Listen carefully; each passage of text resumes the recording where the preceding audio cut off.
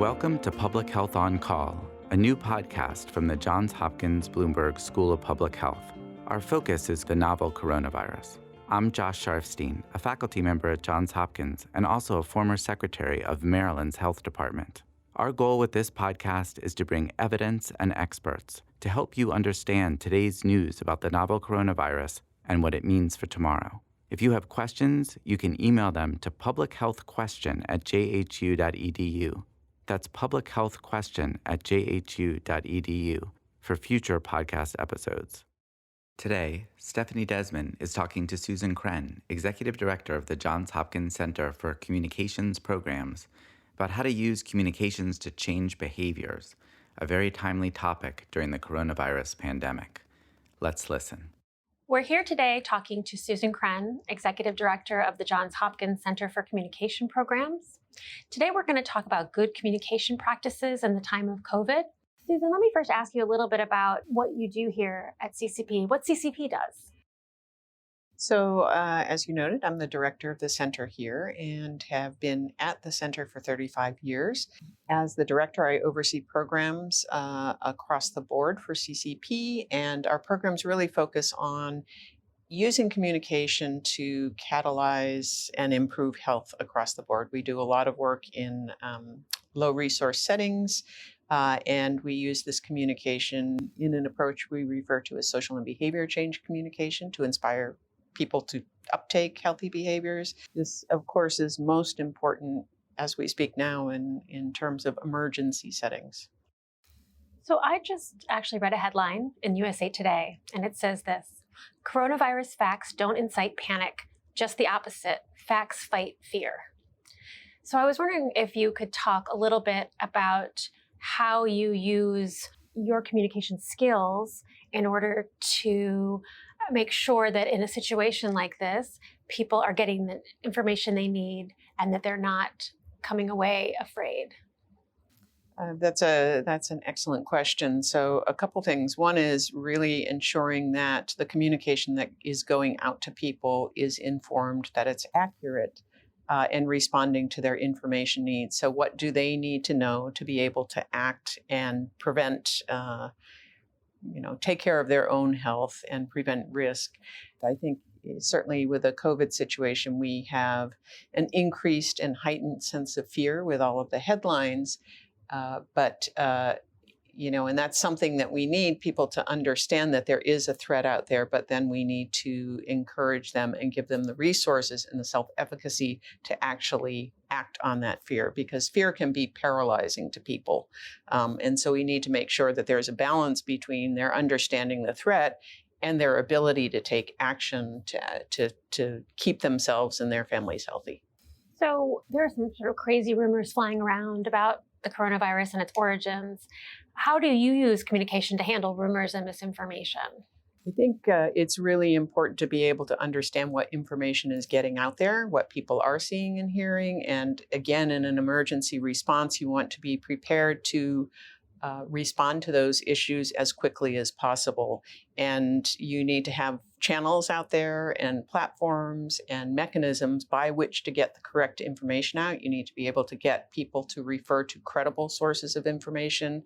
And I think, of course, leadership is always important. So people who are in positions of authority, or people who have a platform where they can talk to a lot of people, also have a responsibility to either model the correct behaviors or to try and correct information that needs to get out there, and to combat some of those rumors. But again, being able to understand and see what's happening in the environment, and then having the ability to respond to those very quickly is important.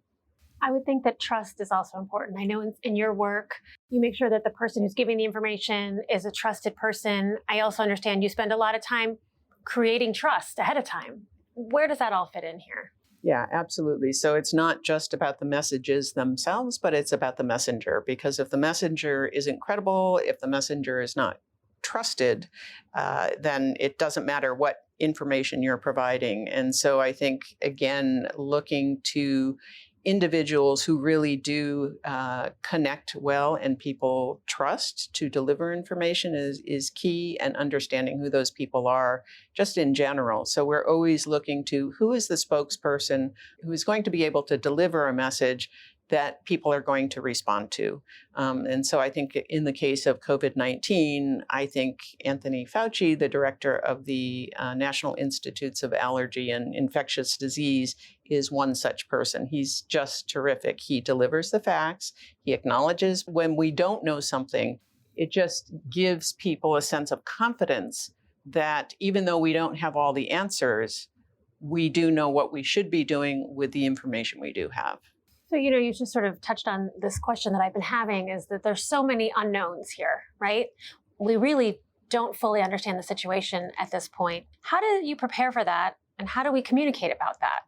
Yeah, I think, yes, again, in this situation, there's a tremendous amount we still don't know, and we're learning every day. I think, the situation is changing day to day, week to week. But as you know, it's not comfortable for this ambiguity for most of us to have this ambiguity about what we should be doing. But I think because we don't know and nobody knows, the best thing we can do is be clear and concise with the information that we do have, tell people what they can do, what is in their power to do, and then acknowledge what we don't know and continuing to keep that dialogue open. So it's not a one-day message. We need to continually evolve the message as we learn more and to get that correct information out to people.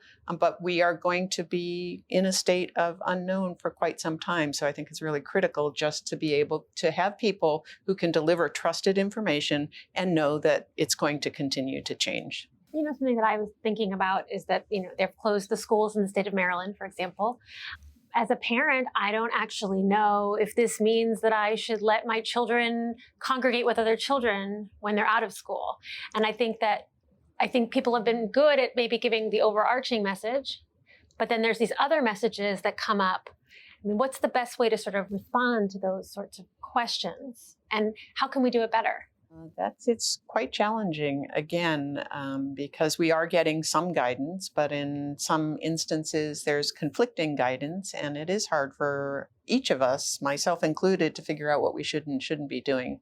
When I think about this, I think the guidance that we can provide is that individuals need to think about themselves, but they also need to think about the downstream effect. So if you are putting your kids together with other kids, do those other kids have exposure to somebody that might be at risk because they have an immune compromised system or other risk factors? And I think we are in very much unprecedented times, and I think we just need to all be more cautious than we normally would be. And we also have to think beyond ourselves and beyond our immediate families in terms of extending the protection downstream. And we talked a little bit about balancing sort of the fear with the practical advice for people not to panic. People are scared, right? So how do you make people feel better? And is that our job? I think when people understand that they are getting the information they need and that people are doing the best they can, that helps to alleviate some of the fear. It gives people some confidence that the correct measures are being taken. For instance, when I heard Larry Hogan, the governor of Maryland, talking yesterday and the measures that Maryland was putting in place, including closing the schools and any number of other things, I felt good that those actions were being taken because it's an indication, again, of that leadership and that credibility. This is a serious threat, but even in the context of what we don't know about it, we are taking the best actions we can based on the best information we have today. And so, no, I don't think anybody is going to feel fully confident and unthreatened in the current context, but we all just simply need to do the best we can and know that these measures are being put in place. Another role of communication, of course, is getting health messages out. So we're hearing a lot about hand washing. Talk to me a little bit about that important role that communication plays. Yeah, I've been just fascinated to kind of observe how it's emerged almost dynamically, of course, in the context of the COVID situation. And we use something we refer to as kind of that systematic approach to delivery of messages. So we're talking to the individual on a very personal level. We're looking at the information in a household, in the community, what's coming from government. And when you layer the communication across those levels of the system, your impact is going to be greater. And when you look at what's happening in COVID, I think everybody now, everywhere knows that they should be washing their hands, and they know how long to do it, and they know how to do it properly. They also know to cough in their sleeve and sneeze in their sleeve. And so there's some key messages that have really gotten through. And I was thinking about that. I go into the restroom, a public restroom now, and you see the sign on the wall, wash your hands, this is how you do it.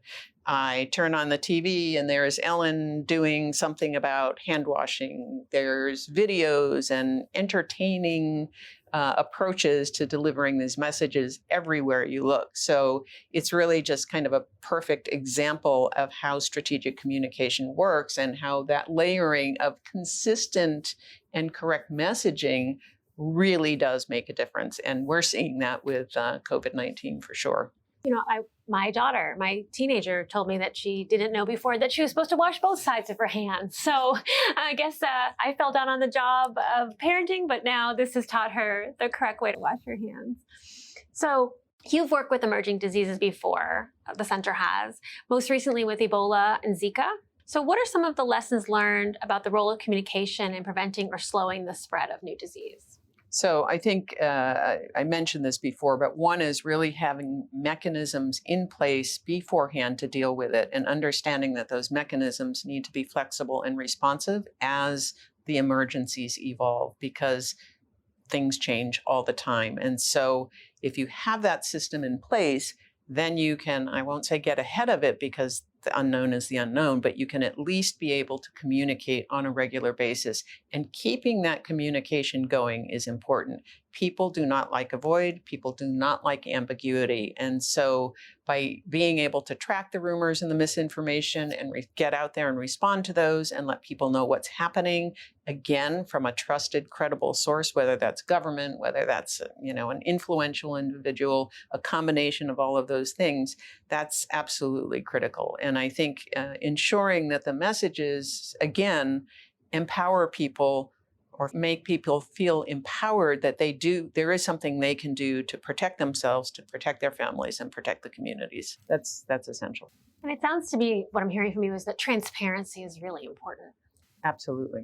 If you have a situation where you're not getting the information, then there's a lot of speculation that comes in, or you feel people are hiding information. It's easy to speculate all sorts of things that may or may not be true. And so I think that clarity, that transparency is again, another key ingredient in an emergency situation. Well, in any situation, really. Susan, thank you so much for your time. I really appreciate it. Thanks, Stephanie. A pleasure. Thank you for listening to Public Health on Call, a new podcast from the Johns Hopkins Bloomberg School of Public Health. Please send questions to be covered in future podcasts to publichealthquestion@jhu.edu. That's publichealthquestion@jhu.edu. This podcast is produced by Josh Sharfstein, Lindsay Smith Rogers, and Lamari Morales. Audio production by Niall Owen McCusker with support from Chip Hickey. Distribution by Nick Moran. Thank you for listening.